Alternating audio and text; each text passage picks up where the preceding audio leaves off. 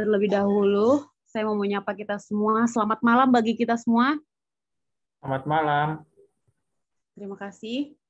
Kita patut bersyukur kepada Tuhan oleh karena penyertaannya kepada kita hingga pada malam hari ini kita bisa berkumpul bersama.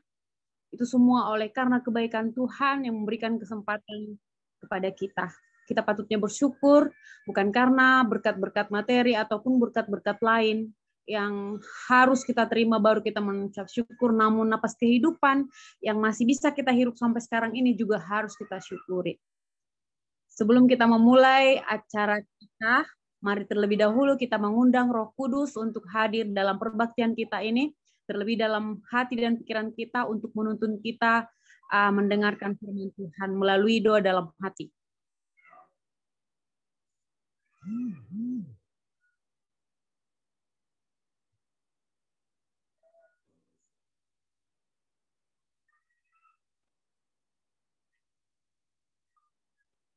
Baik, sebagai lagu pembuka kita bernyanyi dari Logusion nomor 233.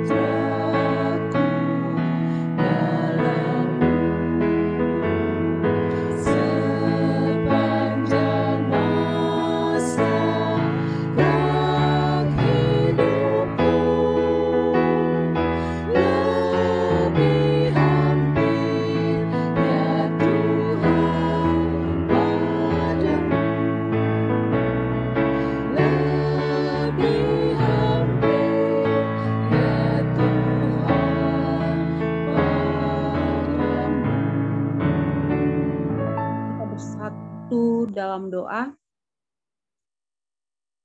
Allah Bapa yang bertahta dalam kerajaan sorga, puji dan syukur kami panjatkan kehadirat-Mu Tuhan, oleh karena kebaikan-Mu kepada kami yang masih kami rasakan hingga pada saat ini. Tuhan, pada saat ini kami datang berkumpul bersama memuji dan memuliakan-Mu. Biarlah kiranya Tuhan beserta dalam kami sepanjang acara ini, terkhusus untuk Ibu Pendeta yang akan membawakan firman kepada kami. Biarlah tuntunan Roh Kudus-Mu menjadi bagian Ibu ini, sehingga firman yang akan disampaikan kepada kami hanya berasal daripada-Mu saja. Biarlah firman yang akan kami dengarkan juga boleh kami terima dan bisa hidup di dalam kehidupan kami untuk membawa kehidupan kami lebih layak lagi di hadapan-Mu dan boleh menjadi terang kepada sesama kami di dalam lingkungan kami juga Tuhan. Kami serahkan sepanjang acara ini ke dalam tangan Tuhan, sertai saudara-saudara kami yang tidak dapat hadir bersama kami pada malam hari ini.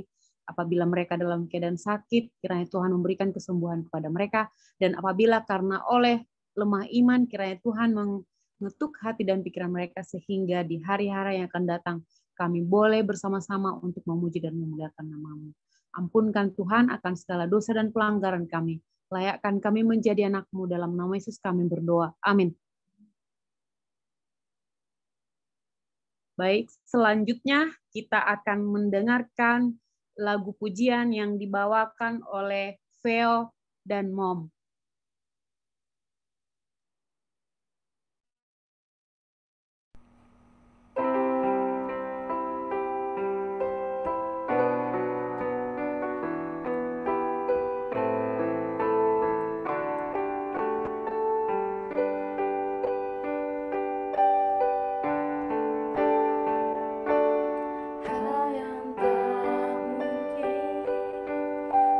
Dalam hidupku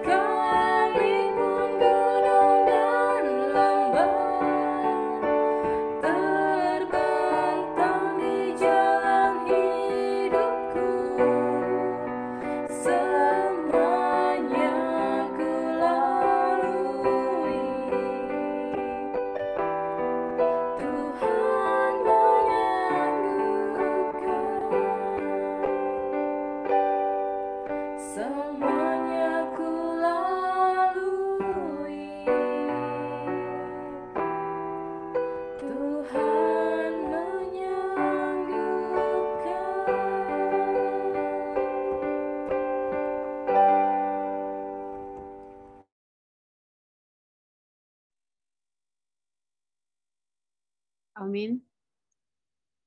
Jika bagi dunia mustahil untuk kita melalui masa-masa sulit dalam kehidupan kita, tapi bagi Tuhan ternyata kita pasti melewatinya. Tuhan hanya ingin kita berserah dan ikut jalannya.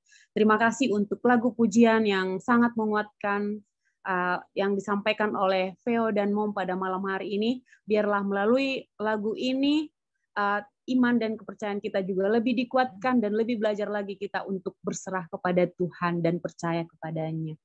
Terima kasih. Selanjutnya kita akan mendengarkan firman Tuhan yang akan dibawakan oleh Ibu Pendeta. Waktunya kita persilahkan.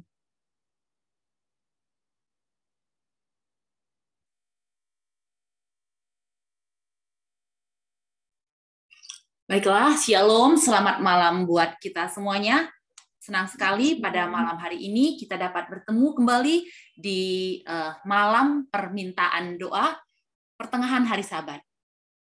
Banyak mungkin kita berpikir bahwa Rabu malam itu, apalah itu ya kan, bukan ibadah raya, tapi sebenarnya ini adalah satu perlambangan daripada pelayanan Yesus di bilik kudus, di bait suci keimamatannya, ya, di mana di pertengahan dia selalu ada di situ ya, di pertengahan daripada upacara itu adalah satu upacara yang khidmat bagi dia.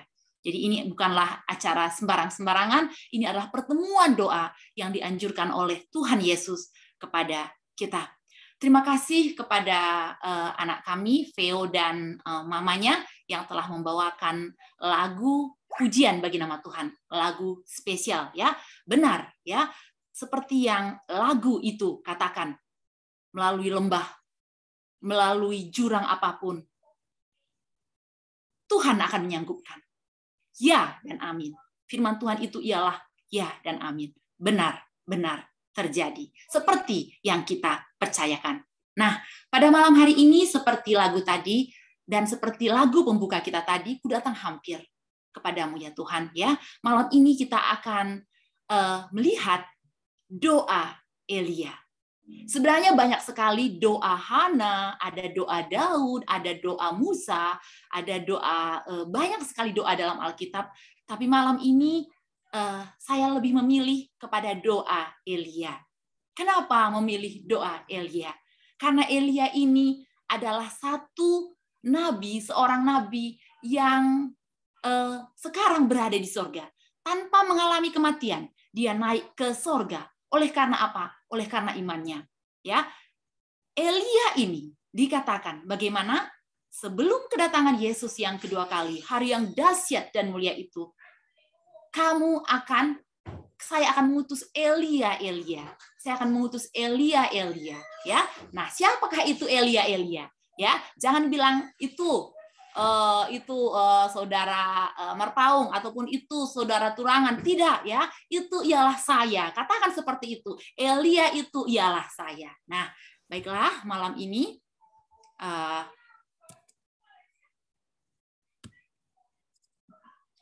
kita melihat bagaimana kita sudah belajar banyak mengenai kehidupan hambanya ini adalah satu gambar. Kalau kita melihat hal ini kita teringat kepada Elia. Dan tentu ini akan mengingatkan kita akan dahsyatnya bagaimana, dahsyatnya dia, spesialnya dia. Mari kita melihat. Nah, ada Elia, ada nabi-nabi yang lain. Nah, Elia hanya satu orang. Ya, hanya satu orang di sini, padahal masih ada ya.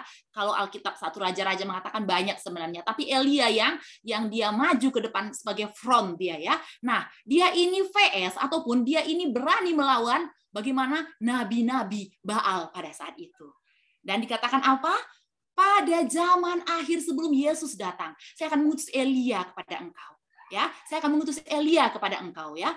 Elia yang bagaimana VS daripada nabi-nabi yang lain. Jadi sekarang ini banyak sekali nabi-nabi, banyak sekali mesias-mesias palsu. Apakah, di manakah kita? Apakah kita berada di antara ini orang-orang yang menari-nari yang rame-rame ini?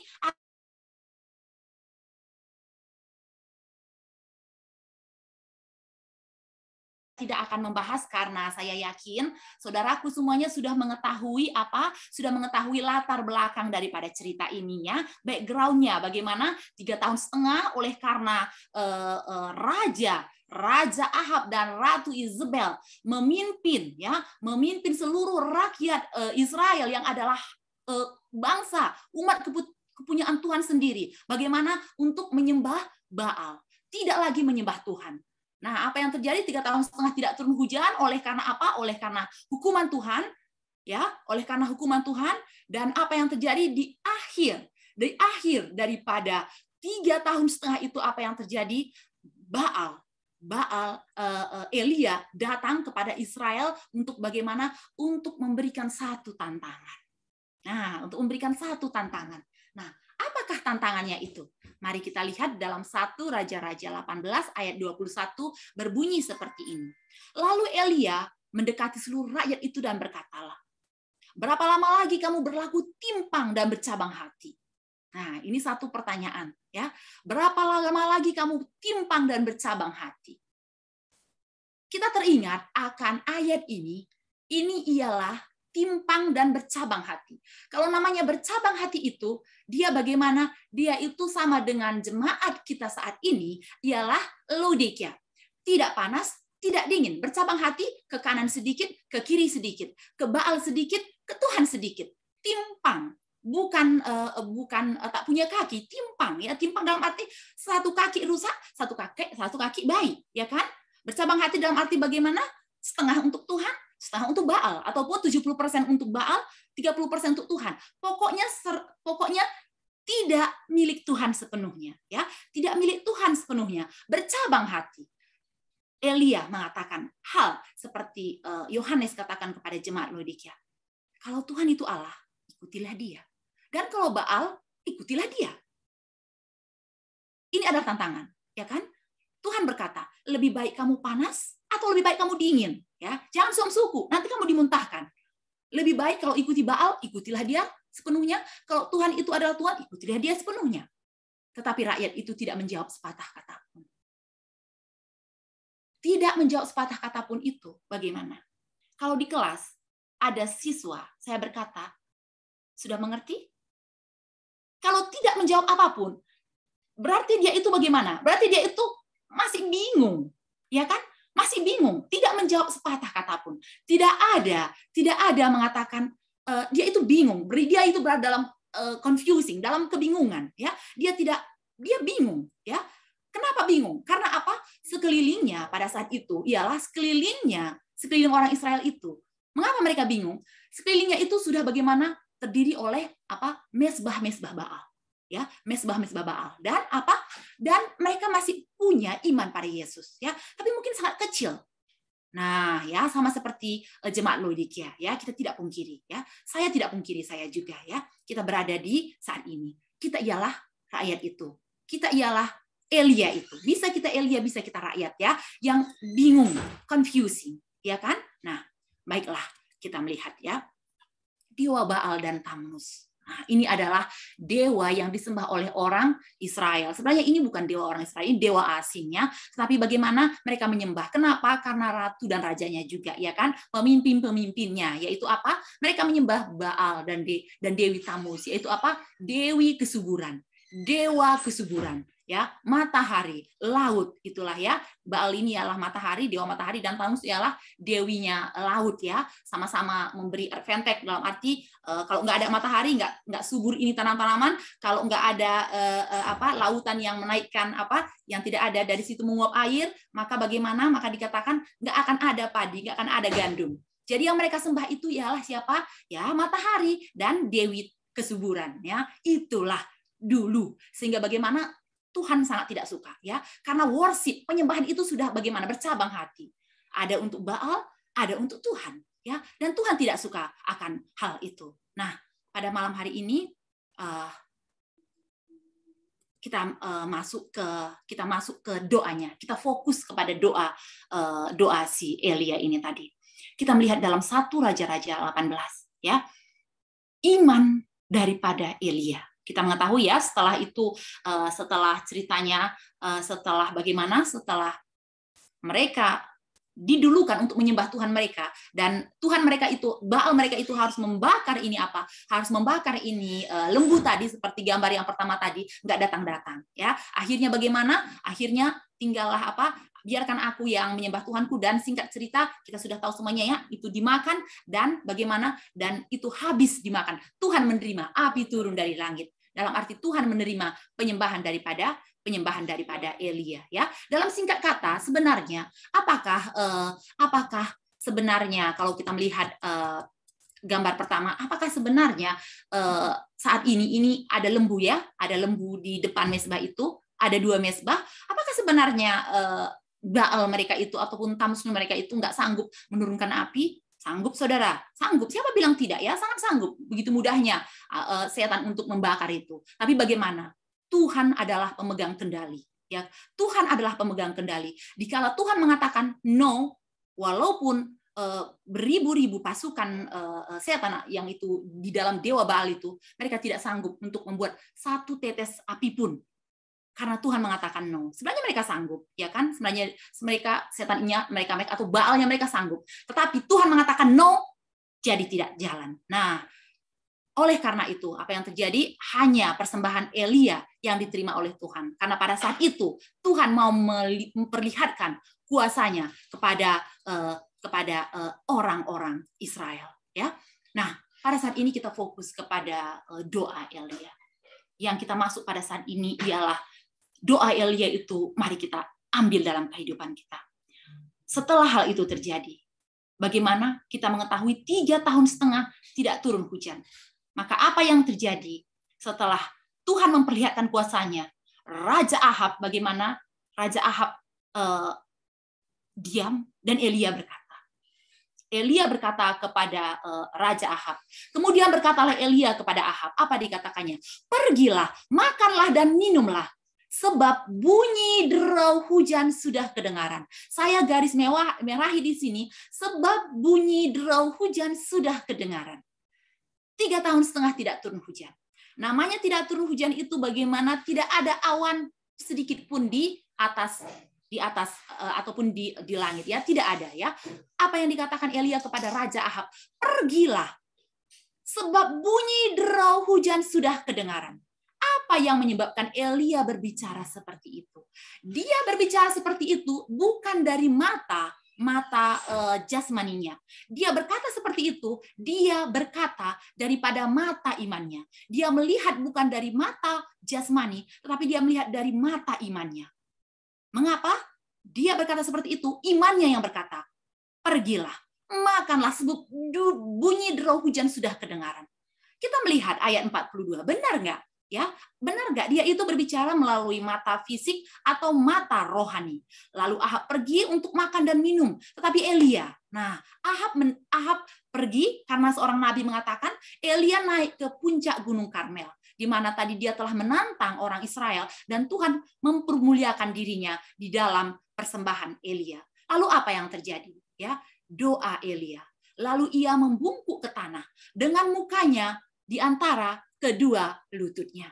Kita memperhatikan sini Nabi Elia ya, walaupun ini gambaran ya, dia membungkukkan sampai mukanya mencium tanah.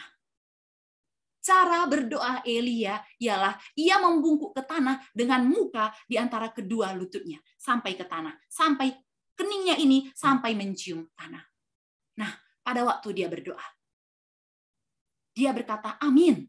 Ayat 43 mengatakan dia mempunyai seorang anak laki-laki ya, maksudnya servannya, hambanya ya kan yang menemani dia. Lalu dia berkata apa?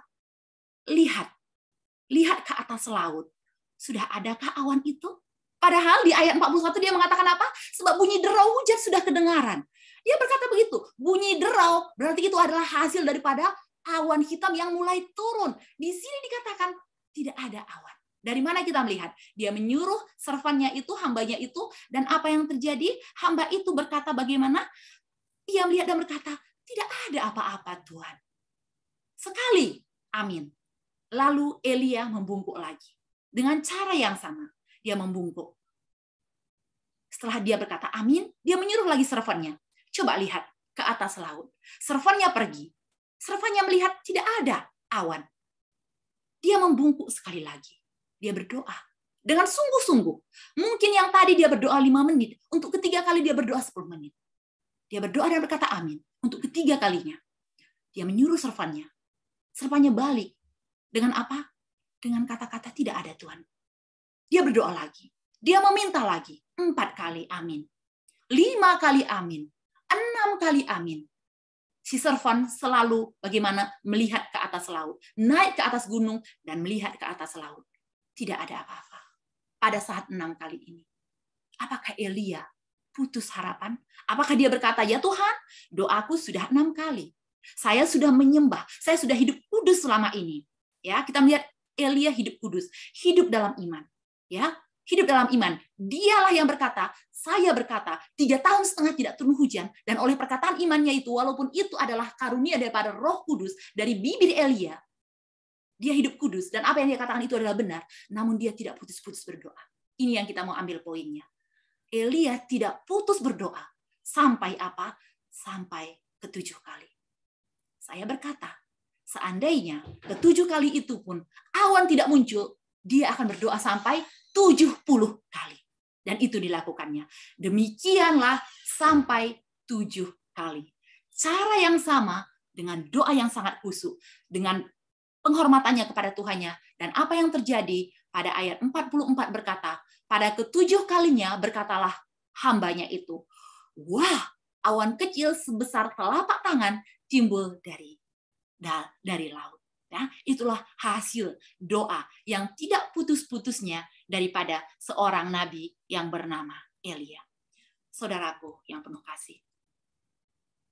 Hal yang sama juga dilakukan oleh pemimpin kita. Oleh teladan kita. Satu-satunya teladan kita ialah Yesus. Ya, apa yang dilakukannya? Dan banyak dalam Alkitab ya dikatakan Yesus. Ya, Yesus ini adalah salah satu, sebenarnya banyak sekali ya. Yesus pada waktu dia membangkitkan Lazarus, dia tidak meminta kepada Bapa. Apa yang dia katakan? Ya, sebenarnya Lazarus ini sudah 4 hari mati, sudah bau. Tapi Yesus berkata, bukankah sudah kukatakan kepadamu, jikalau engkau percaya, engkau akan melihat kemuliaan Allah. Kenapa Elia melihat kemuliaan Allah? Karena dia percaya. Lalu Elia berkata, ini Lazarus masih di dalam kuburan, masih busuk tubuhnya. Lalu Yesus berkata, Bapa, aku mengucap syukur kepadamu karena engkau telah mendengarkan aku. Sebelum Lazarus bangkit, sebelum doa Yesus dijawab oleh Bapanya, dia berkata bagaimana? Aku mengucap syukur kepadamu karena engkau telah mendengarkan aku. Setelah dia berkata amin, baru dia bilang Lazarus bangkit, dan Lazarus langsung bangkit. Saudaraku yang penuh kasih. Pernahkah kita berdoa seperti Yesus? Pernahkah kita berdoa seperti Elia? Pernahkah kita berdoa seperti Yesus pada waktu dia memberi makan 5.000 orang, dia berkata, terima kasih Tuhan, untuk makanan ini sudah cukup. Pernahkah kita berkata, di saat utang kita banyak, di saat kartu kredit kita banyak sekali ini utangnya. Pernahkah kita berdoa pada Tuhan, ya Tuhan terima kasih karena apa? Utangku selesai. Pernahkah kita berkata kepada Tuhan, terima kasih Tuhan untuk berkat-berkat yang saya terima, padahal kita belum menerimanya. Saudaraku yang penuh kasih, apakah salah berkata seperti itu? Apakah salah kita berdoa seperti itu? Sekarang kita bayangkan, saya punya anak, saudaraku di rumah punya anak, ataupun kalian adalah anak-anak. Katakan, bila seorang anak datang kepada kita, terima kasih Mama sudah membelikan baju baru untuk saya. Walaupun kita belum membelinya, sebagai seorang ibu yang tidak ada uangnya, saya akan berusaha untuk membeli baju itu buat anak saya. Ya, seorang ibu yang mengasihi anaknya. Lebih lagi Tuhan yang mengasihi kita. Saudaraku yang penuh kasih. Banyak kehidupan kita ini. Ya, mengapa kemuliaan Tuhan itu tidak nampak? Mengapa terkadang kemuliaan Tuhan itu tidak nampak dalam arti kita masih hidup di dalam apa? Begitu banyak masalah. Begitu banyak masalah. Apakah kita selalu berkata kepada Tuhan? Kita selalu mengatakan, ya Tuhan, ini anak saya seperti ini. Ya Tuhan, utang saya seperti ini. Ya Tuhan, penyakit saya seperti ini. Semua beban kita itu kita ucapkan. Listnya banyak sekali, hampir 20 saudaraku. Pernahkah kita mengucap syukur? Coba kita berdoa, ya. Coba berdoa walaupun kita tidak menulis doa kita itu. Mana lebih banyak list keluhan atau pujian? Pertanyaan buat kita. Ya, pujian kita berapa pada Tuhan? Pujian kita apakah hanya keluar dari bibir? Terima kasih Tuhan sudah bangun pagi-pagi, sudah apa? Pernahkah kita bersyukur? Malam hari tidak gempa bumi 9,8 skala Richter sehingga rumah kita tidak runtuh. Pernahkah kita bersyukur atas oksigen yang masih gratis kepada kita? Pernahkah kita bersyukur kalau kita tidak kena penyakit kanker? Pernahkah kita bersyukur kita masih enak tidur malam-malam? Pernahkah kita bersyukur pada Tuhan? Terima kasih Tuhan untuk sel-sel dan darah saya yang baik terbentuk di malam hari dan pagi ini saya bangun segar. Pernahkah kita bersyukur akan hal itu? Apakah kita telah mengucapkan semua list terima kasih itu di dalam bentuk list? Ada 50 list terima kasih. Sedangkan list permintaan hanya 10. Saudaraku yang penuh kasih.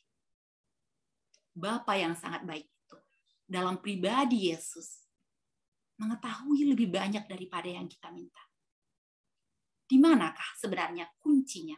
Di manakah sebenarnya kesalahannya? Di manakah sebenarnya biang keroknya? Sehingga doa kita tidak dijawab? Apakah kita terlalu banyak mengeluh? Dan tidak mengucap syukur kepada Tuhan atas apa yang telah dan yang akan kita terima?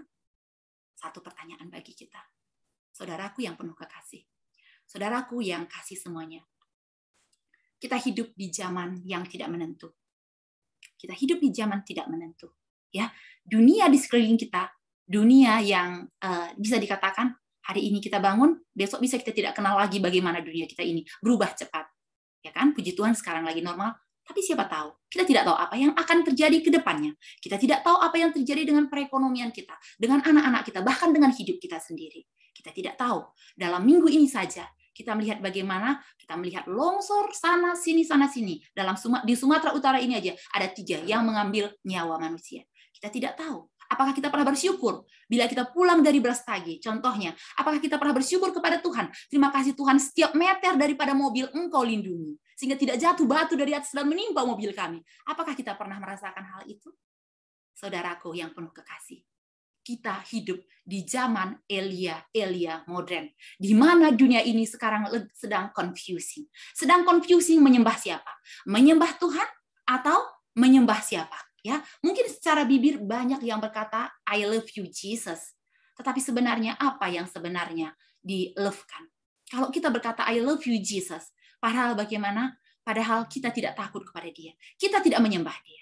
Kita tidak punya waktu dengan Yesus kita itu. Jangankan setengah jam, 15 menit pun, I don't have time to you Jesus. I am very busy. Saya sangat sibuk Yesus. Yesus mengerti. Yesus sangat mengerti. Ya, bangun pagi sudah punya banyak pekerjaan. Sebagai ibu, bangun pagi-pagi makanan harus dimasak. Sebagai seorang bapak, ya, mungkin handphone sudah berbunyi, Grab sudah masuk, orang yang memesan dan lain-lain. Begitu banyak kesibukan. Atau Tuhan ngerti kok tadi malam saya lama sekali tidur. Syukur kalau baca Alkitab, ini nonton drama Korea atau main game. Ya, I don't have time to you Jesus, but I love you. Apakah itu benar? Saudaraku yang penuh kasih. Kita hidup di zaman yang tidak menentu. Kita hidup di zaman Elia, di mana banyak yang berseru. Kita melihat begitu banyaknya Elia yang berseru. Saudaraku yang penuh kasih, mari kembali kepada Tuhan. Mari kembali kepada Tuhan tanpa doa yang sungguh, tanpa doa yang tiada keputusan. Kita akan tenggelam. Satu pengalaman, saudaraku. Bila mungkin saudara juga merasakannya. Kita dapat berjaga-jaga terus. Kita dapat berjaga-jaga terus dalam arti berjaga-jaga terus. Kita mengetahui bahwa posisi kita di mana. Dalam arti pikiran kita ini selalu berpusat kepada Tuhan. Bila kita buka hari itu dengan doa yang kusuk. Tanpa doa yang kusuk, saudaraku. Doa kusuk itu bagaimana? Doa yang betul-betul jiwa kita ini mempunyai hubungan intim dengan Yesus. Kita bercakap-cakap dengan Tuhan kita. Tanpa itu semuanya, saudaraku, 1-2 hari kita akan merasakan jiwa kita ini akan layu. Ataupun jiwa yang layu ini akan diisi oleh apa? Diisi oleh begitu banyaknya bagaimana hal-hal yang indah sepertinya, tapi tidak membawa damai jiwa. Ya, begitu banyak godaan, begitu banyak mata yang disilaukan oleh gemerlapannya dunia yang indah ini. Kelihatannya, tapi itu semua adalah fata morgana adanya. Saudaraku yang penuh kasih, marilah kita. Bukan saatnya lagi kita berdoa suam-suam kuku. Bukan saatnya lagi kita berdoa kalau kita punya waktu. Mari saatnya, saudaraku, sama seperti Yesus, sama seperti Elia. Kita luangkan waktu bersama dengan Yesus. Mari kita kasihi Tuhan kita dengan segenap kekuatan kita. Kalau kita masih sanggup jam 5 pagi untuk bangun, kasihilah Tuhan Allahmu dengan segenap kekuatanmu. Bangunlah jam 5. Kalau kita nggak sanggup lagi, mungkin ada saatnya kita nggak sanggup lagi nanti. Ya, kasihilah Tuhan Allahmu dengan segenap kekuatanmu. Kita kuat bangun jam pagi, bangunlah jam pagi, berdoalah pada Tuhan. Kasihlah Tuhan Allahmu dengan segenap akal budimu. Kalau kita merasa baik menyembah Tuhan itu dengan wajah tanpa cuci muka, dengan ences, dengan tahi mata, sembahlah Tuhan itu kalau memang segenap hati kita menyembah Tuhan seperti itu. Tapi kalau dengan segenap hati kita, akal pikiran kita mengatakan, saya mau menyembah Tuhan dengan muka yang dicuci, dengan baju yang rapi. Saya berlutut pada Tuhan. Kalau kita merasa kurang penyembahan kita kepada Tuhan, lakukan seperti Elia. Kalau kita merasa perlu untuk bernyanyi pada Dia, bernyanyilah. Kasihilah Tuhan Allahmu dengan segenap kekuatanmu, dengan segenap jiwamu, dengan segenap akal budimu.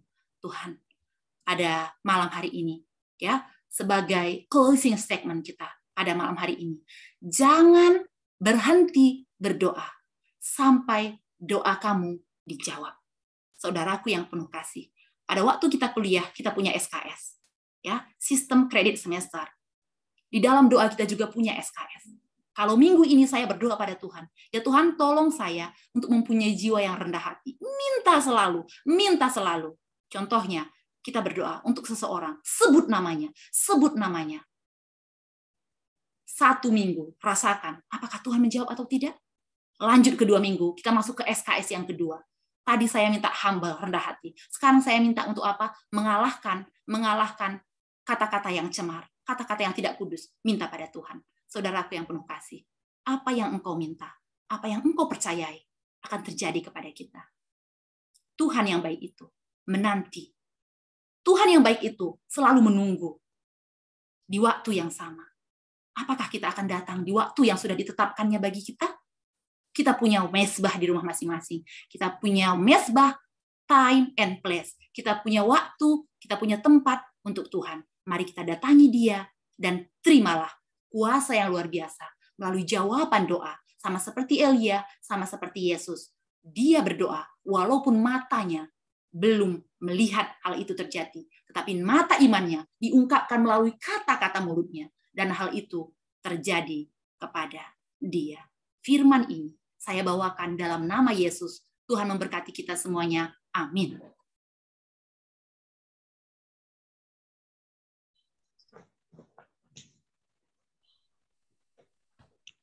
Baiklah, terima kasih untuk firman yang telah dibawakan oleh Ibu Pendeta. Karena pada saat ini adalah malam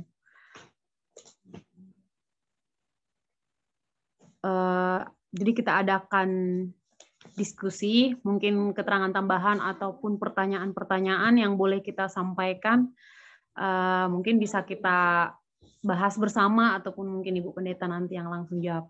Jadi di antara saudara-saudara sekalian boleh menyampaikan langsung pertanyaannya mungkin melalui raise hand ataupun langsung open mic ataupun melalui chat room kita sampaikan. Kita berikan waktu kepada kita pada saat ini ada mungkin 10-15 menit ke depan masih bisa.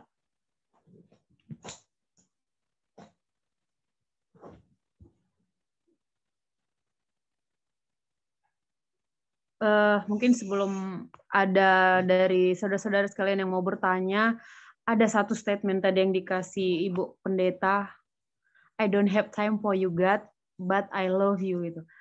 Jadi emang sering sekali kita mengatakan, aku mengasihimu Tuhan, aku serahkan hidupku Tuhan, gitu kan.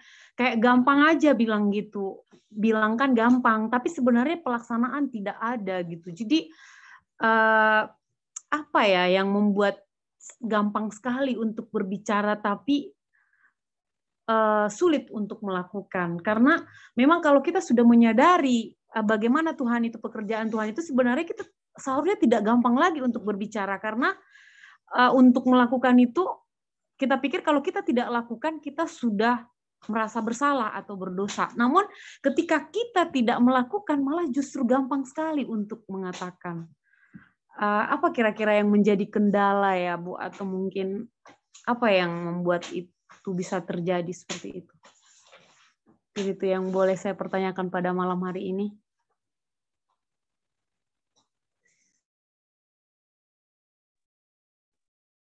Mungkin ada dari saudara-saudara semuanya yang bisa memberikan keterangan kepada pertanyaan daripada saudara Teti, dipersilakan.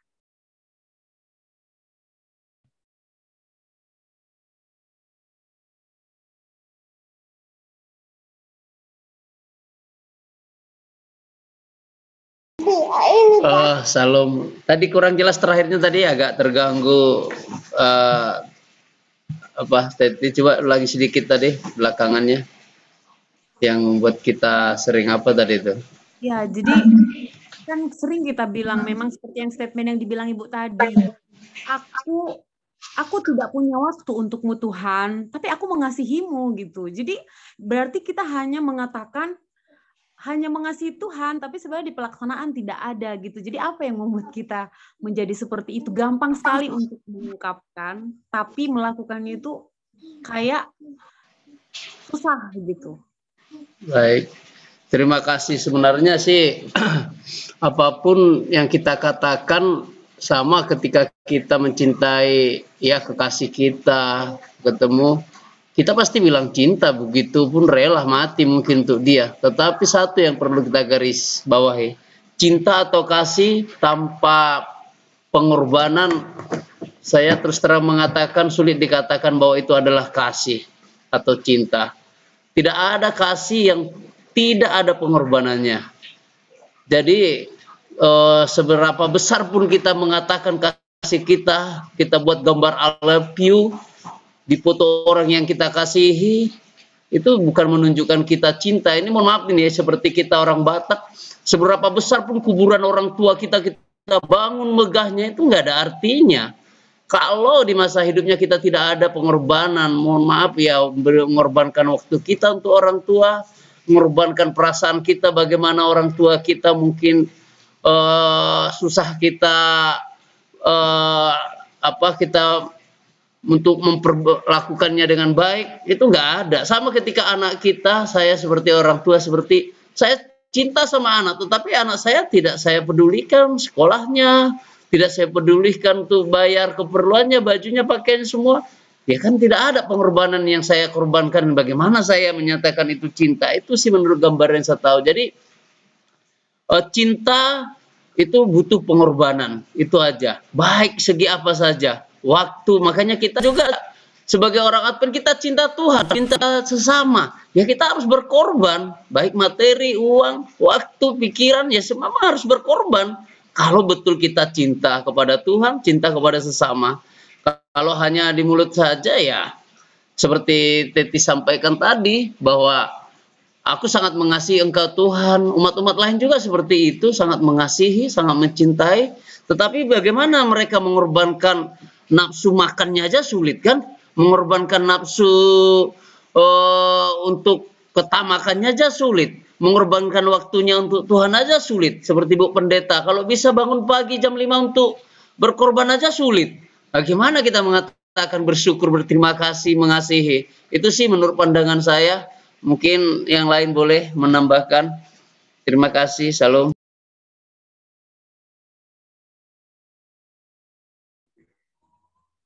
Baik, saya dapat sedikit dari Bang Nababan tadi, berarti kenapa kita gampang mengatakan itu sebenarnya karena kita belum benar-benar mencintai dia gitu ya. Kalau misalnya kita udah benar-benar mencintai dia, kita menyadari akan yang kita lakukan, nggak segampang itu lagi kita untuk berbicara. Seperti itu kayaknya Bang ya. Oke, baik. Apakah masih ada yang mau menambahkan atau mungkin mau memberikan pertanyaan? Saya ingin bertanya sih sebenarnya Bu Pen, mungkin yang lain juga. Akhir-akhir ini juga di beberapa grup-grup WA ataupun Facebook sedang diperdebatkan juga. Kalau dulu mungkin go ahead, apa segala macam. Ini akhir ini saya lihat ada tata cara berdoa yang benar. Ada yang mengatakan doa yang sesuai dengan apa yang benar itulah adalah seperti yang dilakukan Elia, yaitu bertelut bahkan kepala hingga ke dahi. Kalau gitu kita lihat di tetangga kita mungkin yang muslim ya seperti itu dilakukan, bahkan mereka harus mandi, harus ini. Nah, memang saya juga saya belum mendalami sebenarnya tentang doa ini, tetapi ada hal baiknya menurut pandangan saya, tetapi kadang kita memang sebagai orang Kristen kadang begitu bangun ya seperti Bu Pendeta tadi sampaikan juga, kalau kita merasa nyaman mungkin cuci muka juga belum, kita sudah berdoa. Pasti saya lakukan itu memang selama ini, artinya begitu kita bangun pasti berdoa dahulu kan. Nah, sebenarnya bagaimana? Apakah itu salah atau memang seharusnya kita harus cuci muka dulu atau mandi dulu baru kita berdoa? Dan doa itu apakah kadang ya kalau kita lihat mungkin seperti yang saya tahu juga ya, seperti Daniel, dia malah menghadap kepada Yerusalem ya, bahkan dia di atas tempat yang khusus. Nah, ini terus terang ya, mungkin dengan keterbatasan kita di rumah atau sepertinya belum ada memang hal yang tempat khusus untuk berdoa. Nah, kekhususan berdoa ini yang ingin saya tanyakan, sebenarnya bagaimana dan apa pengaruhnya gitu loh dengan kita berdoa bertelut dengan berdoa seperti biasa, karena sering kita mengatakan hati yang berbicara, hati. Semua kita berbicara hati. Jadi kalau kita bicara hati, sulit juga untuk menjelaskannya kan. Sama dengan orang Kristen lain juga, bukan perbuatan yang penting, tapi hati kita kepada Tuhan. Sama juga. Kalau hanya hati kita tidak ada perbuatan, saya rasa ya omong kosong juga. Jadi itu kira-kira Bu Pen, bagaimana kita berdoa yang benar dan apa kira-kira pengaruhnya dengan doa kita, apakah dengan benar itu tadi kita mungkin dijawab oleh Tuhan doa kita. Mungkin itu bukan pertanyaan saya, mungkin agak panjang supaya mungkin lebih mudah dipahami sih. Demikian, terima kasih. Terima kasih atas pertanyaannya. Di dalam hal berdoa ini, aturan bakunya sebenarnya tidak ada. Aturan bakunya tertulis. Yang namanya tertulis itu bagaimana ya? Itu bisa aja kita lakukan. Contohnya menghormati menghormati guru. Terkadang murid kesal dia sama kita karena baru kita cubit. Harus walaupun dia kesal ya kan. Nah, di dalam menghormati, dalam kita berdoa itu berasal seperti yang kita telah katakan tadi, seperti ayat Alkitab katakan. Yesus berkata, hukum yang terutama itu adalah apa? Kasihilah Tuhan Allahmu dengan segenap kekuatanmu, akal budimu. Semua binatang tidak punya akal budi. Itu yang membedakan kita dengan mereka ya. Mereka memuji Tuhan, mereka puji Tuhan ya. Burung-burung puji Tuhan, burung-burung puji Tuhan ya. Dan yang sayangnya bagaimana?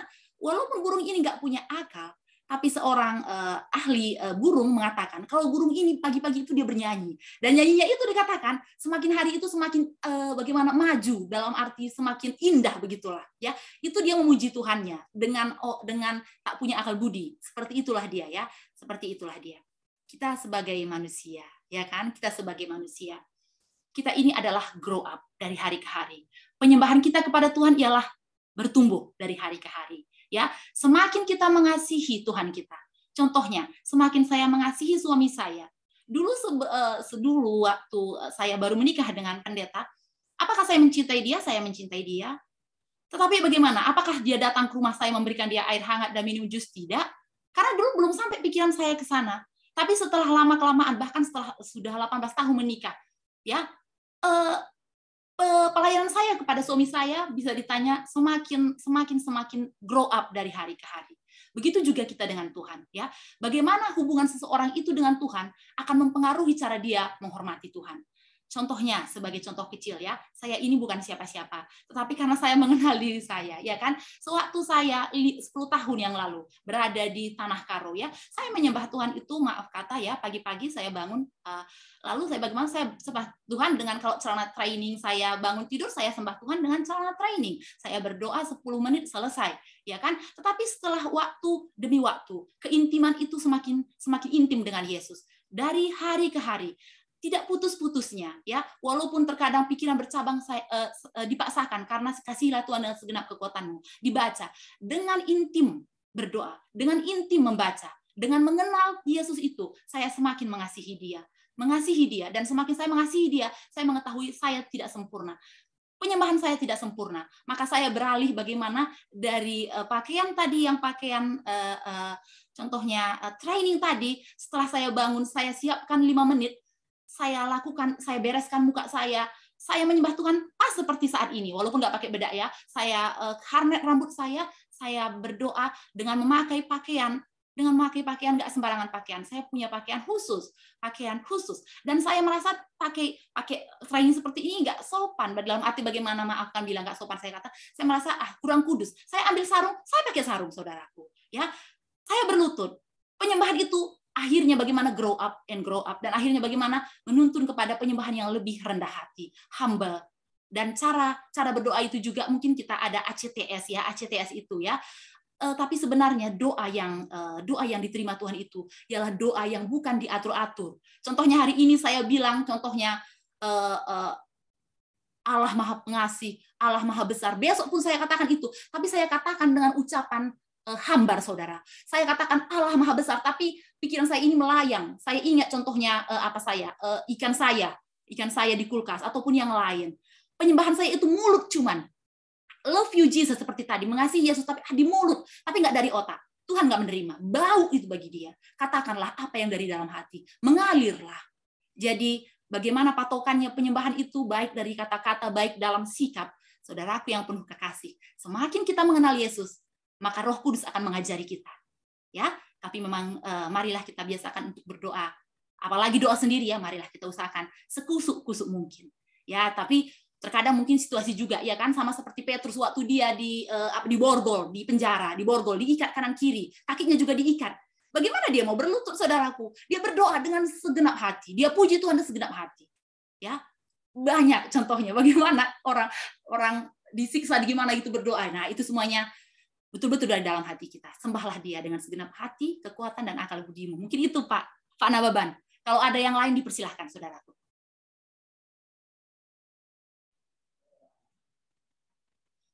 Ya, apakah masih ada yang mau menambahkan seputar pertanyaan Pak Nababan?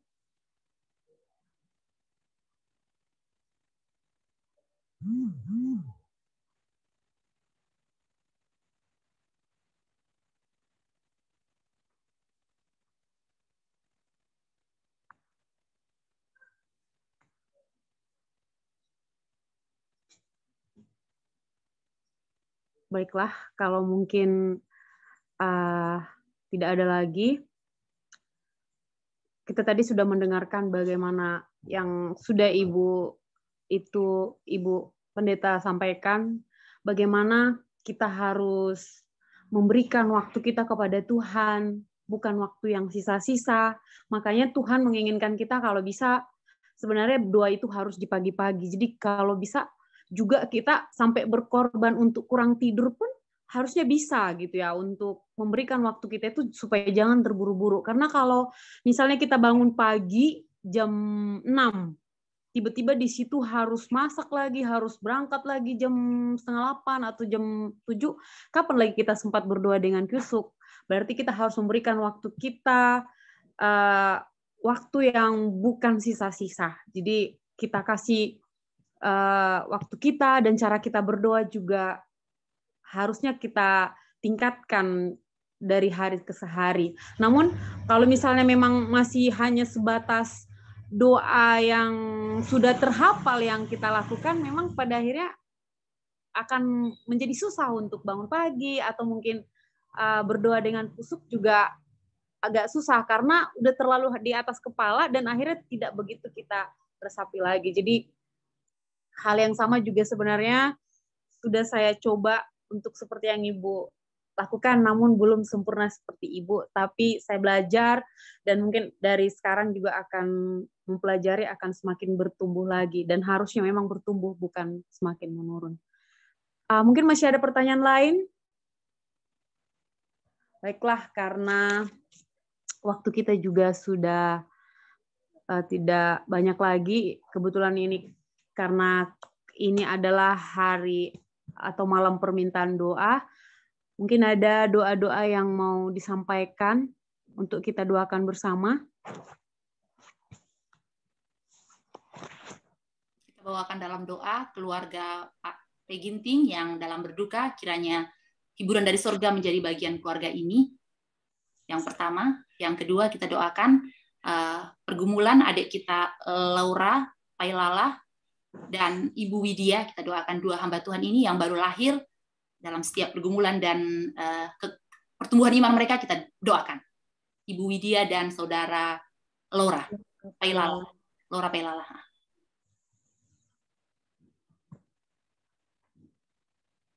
Apakah masih ada?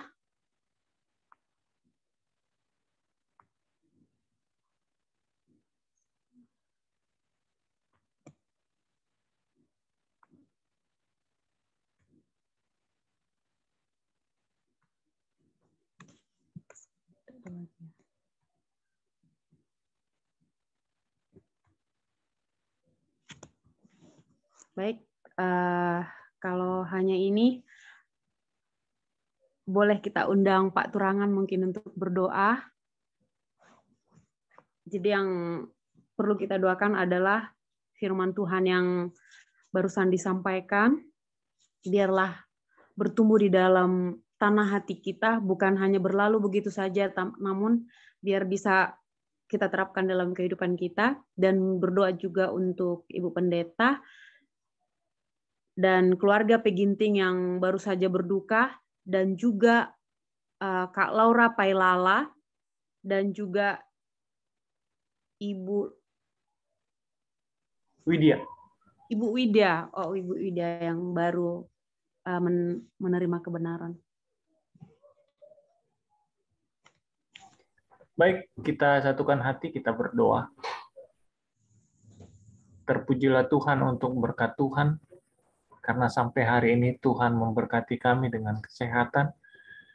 Tuhan memberkati kami dengan waktu di mana kami boleh mempelajari firman Tuhan yang malam hari ini sudah kami dengarkan dan kami pelajari.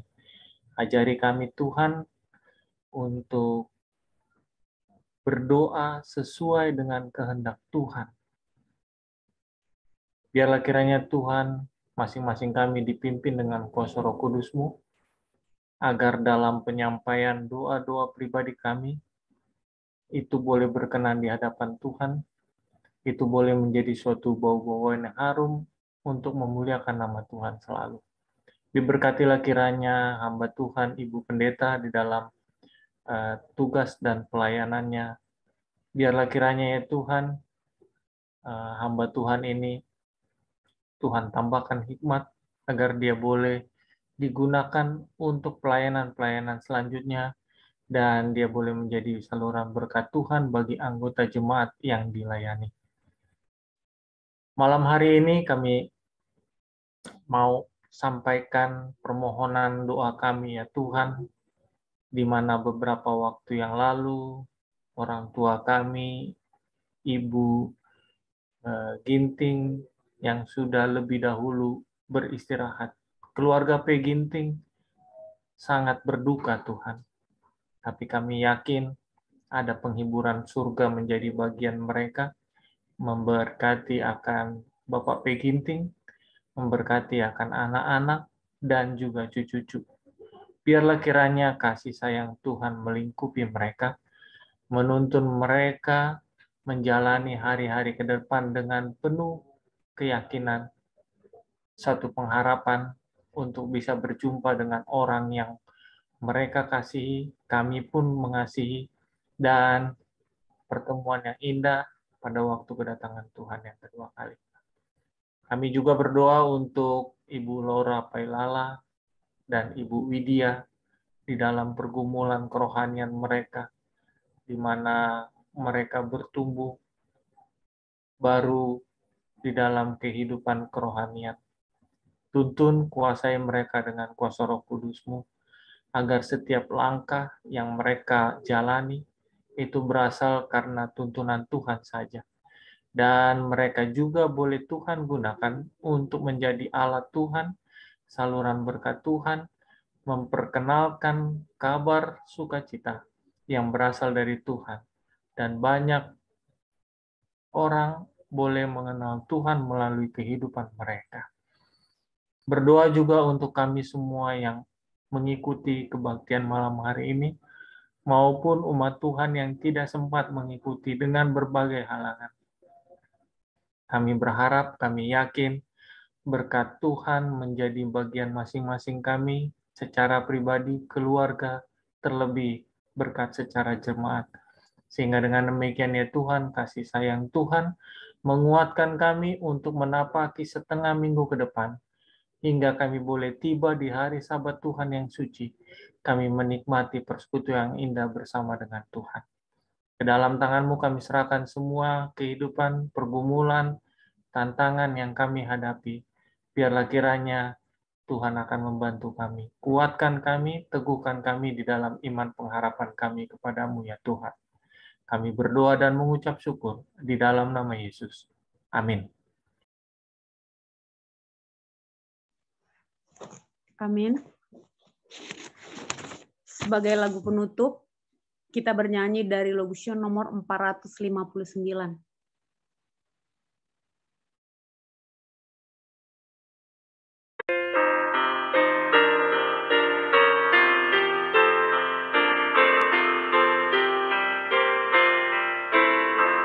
Beri aku jalan serta-Mu seperti Henokh waktu dulu, dan tetapkanlah hatiku dalam perjalanan itu, meskipun gelaplah jalanku.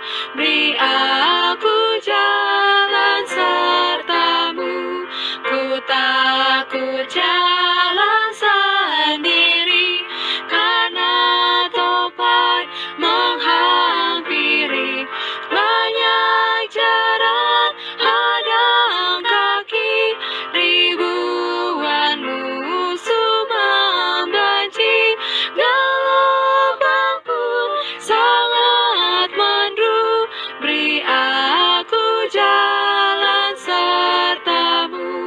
Kalau Engkau pimpin tetap, penarikan dunia lenyap. Ku berjalan dengan berani, memikul salib sendiri, hingga ku lihat gerbang-Mu. Beri aku jalan serta-Mu. Kita bersatu di dalam doa. Ya Tuhan, Allah kami yang kami sembah dalam pribadi Yesus Kristus, pada malam hari ini di pertengahan Sabat ini bersama dengan hamba-hamba Tuhan yang bersama dengan kami bersekutu sehati dalam menyembah Tuhan pada malam ini. Ya Tuhan, berkati kami semuanya, berkati firman yang telah kami dengarkan. Sering kami mendengar begitu banyak firman, ya Tuhan, biarlah itu bertumbuh di hati kami, di tanah yang subur, kami berbuah dan berbuah. Ya Tuhan yang penuh kasih, hamba-hamba-Mu di sini semuanya, di dalam setiap keluhan kami, di setiap teriakan kami, ya Tuhan yang penuh kasih, Kaulah Bapa kami yang mengenal setiap permasalahan dan kehidupan kami. Berkati kami ya Tuhan, jauhkan segala permasalahan, berikan kami berkat-Mu. Kiranya tangan-Mu yang penuh kasih itu menghangatkan kami dengan kasih-Mu. Ajar kami untuk senantiasa lebih intim dengan Engkau dalam persekutuan kami. Ya Tuhan, ampuni kami untuk setiap kecemaran yang telah kami lakukan, dan ampuni kami untuk setiap hal-hal bahkan yang tidak kami sadari. Pada malam hari ini kami berdoa, hidup kami malam ini kami serahkan ke dalam tangan Tuhan, dan kiranya kasih-Mu senantiasa menyatukan kami di hari-hari berikutnya. Kami berdoa, kami sembahkan doa ini dalam nama Yesus yang kudus yang kami telah sembah. Amin. Amin. Amin. Terima kasih untuk semua partisipan yang sudah membawa acara pada malam hari ini, terkhusus buat Ibu Pendeta yang telah memberikan firman Tuhan yang begitu baik. Dan terima kasih juga untuk semua saudara-saudari yang telah hadir pada malam hari ini. Tuhan memberkati kita semua. Amin.